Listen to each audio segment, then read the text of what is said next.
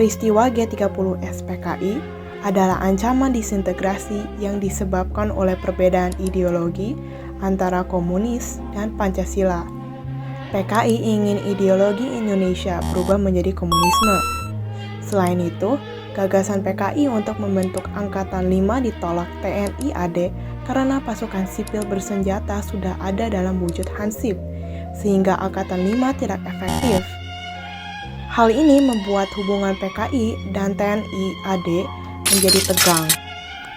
Berbagai latar belakang ini akhirnya memicu PKI menculik dan membunuh sejumlah petinggi TNI Angkatan Darat pada malam 30 September 1965 sampai 1 Oktober 1965. Peristiwa ini dipimpin Dipa Nusantara Aidit, yaitu pemimpin terakhir PKI. Gerakan pemberontakan tersebut mengincar perwira tinggi TNI AD. Ketujuh perwira tinggi yang menjadi korban G30 SPKI antara lain Letnan Jenderal Anumerta Ahmad Yani, Letnan Jenderal Suprapto, Mayor Jenderal Mas Tirtodarmo Haryono, Mayor Jenderal Siswondo Parman, Brigadir Jenderal Donald Ishak Panjaitan, Brigadir Jenderal Sutoyo Siswomi Harjo, dan Kapten Pierre Tendean.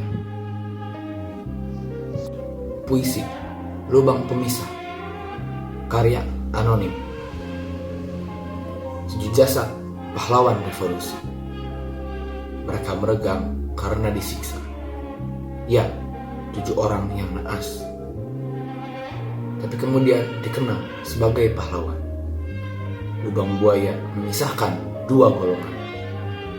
Golongan pertama sebagai pahlawan, golongan kedua sebagai para komunis-komunis. Puisi September Kelabu, karya Cantika Putri A. Dingin malam mencekam kala itu. Gagu menggelayut di setiap rentetan wisma. Angin menghembuskan napas-napas kebencian. Hati nurani telah dikesampingkan demi kekuasaan. Lantaran ideologi tak lagi sepadan. Rakyat sengsara, jiwa dan raga. Kekejaman kian merajalela demi cita-cita para pengkhianat bangsa. Membunuh para pahlawan tak berdosa, terbujur kaku di lubang buaya. Sejarah menjadi saksi nyata. Tumpaslah kokoh berulah September berdarah. PKI sirna, tinggallah nama. Puisi G30 SPKI karya Lupita Angin. Angin mengagumkan bisikan dengan lantang. Sangkakala menyambar dengan rentetan cahaya. Ancaman bagi mereka yang kokoh berdiri. Mencatat setiap momen berlangsung. Setiap pasang mata yang kupandang melirik takut dalam balutan kain lusuh. Syarat simbol serta keperkasaan dibuktikan. Bergolak dalam jerita nafsu hingar-bingar. Menodai Nusantara dengan kasut kemelut. Berdiri di atas tubuh mereka sendiri. Gegap gembita geramai para massa. Perubahan dimulai. Waktu yang memilih siapa selanjutnya nampak tilas sebuah tragedi. Sisa kebiadaban kaum revolusi menggugah, mendobrak sejarah bangsa ini. Memoriam Lubang Buaya, karya Doni Hamdan. Tempat penuh misteri. Tumpukan bangkai yang lalu hadir menggugah kenangan. Sampai sekarang, bau anyir terhidang harum. Sumur angker bekas pejuang masih ada. Ingat, prajurit revolusi ditindas, dibantai habis oleh komunis yang jahat.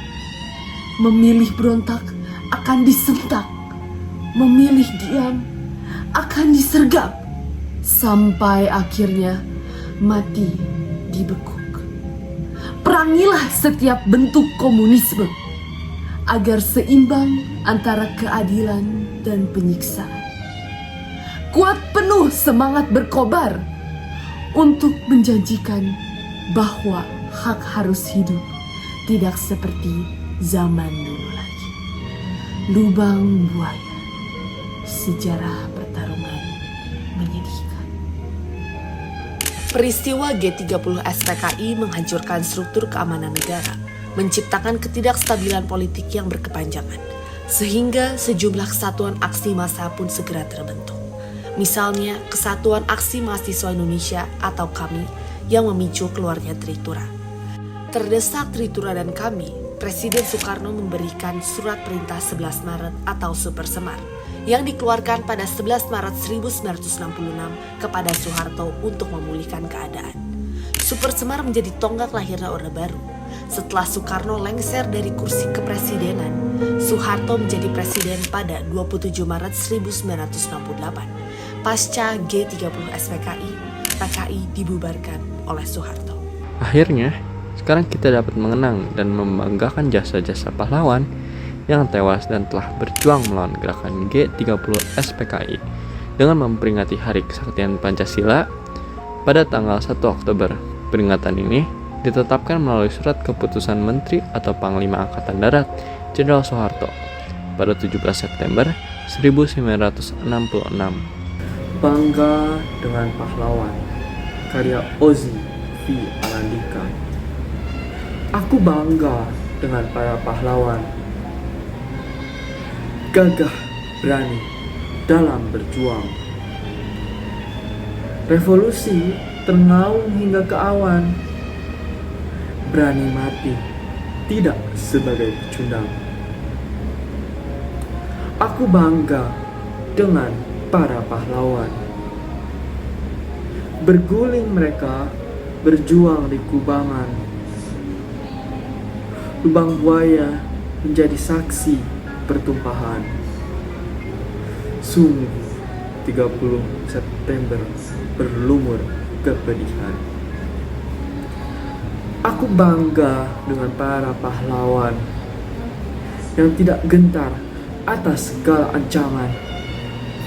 Meski komunis menuntut pergulingan, persatuan dan kesatuan tetap dipertahankan. Aku bangga dengan para pahlawan, sebagaimana aku bangga kepada diriku sendiri. Bangga dengan tulisan mereka atas pengorbanan, dan bangga telah menjadi bagian dari negeri. Kebanggaan ini tidak cukup dengan kata-kata. Aku harus terus belajar dan senantiasa berdoa, berjuang untuk kebahagiaan keluarga, juga tulus mengabdi untuk kejayaan negara. Kesaktian Pancasila, karya Ira Novita Situmorang. 30 September mengukir sejarah pilu bagi bangsa ini, menyisakan darah yang tertumpah untuk melawan pengkhianat negara. Para jenderal memberikan kesetiaannya pada negara, pada Indonesia, sebagai bukti kecintaannya pada bangsa kita. Mereka melawan penganut komunisme yang bertentangan dengan prinsip-prinsip Pancasila, yang mencoba merebut kekuasaan negara, yang mencoba mengambil alih negara. 1 Oktober 1965, Indonesia menggaungkan saktinya Pancasila sebagai ideologi berbangsa dan bernegara. Mari kita jaga dan pertahankan Pancasila. Jangan sampai mudah membiaskan makna Pancasila, karena Pancasila bukti dari kesetiaan kita pada negara, pada Indonesia. Dari peristiwa G30 SPKI mengingatkan pentingnya menjaga persatuan negara untuk melawan ancaman disintegrasi seperti konflik ideologi. Salah satu cara untuk menghadapi ancaman disintegrasi adalah menjaga Pancasila sebagai pemersatu negara. Penting sekali bagi masyarakat untuk mengedepankan apa yang terbaik bagi Indonesia, bukan individu atau golongan.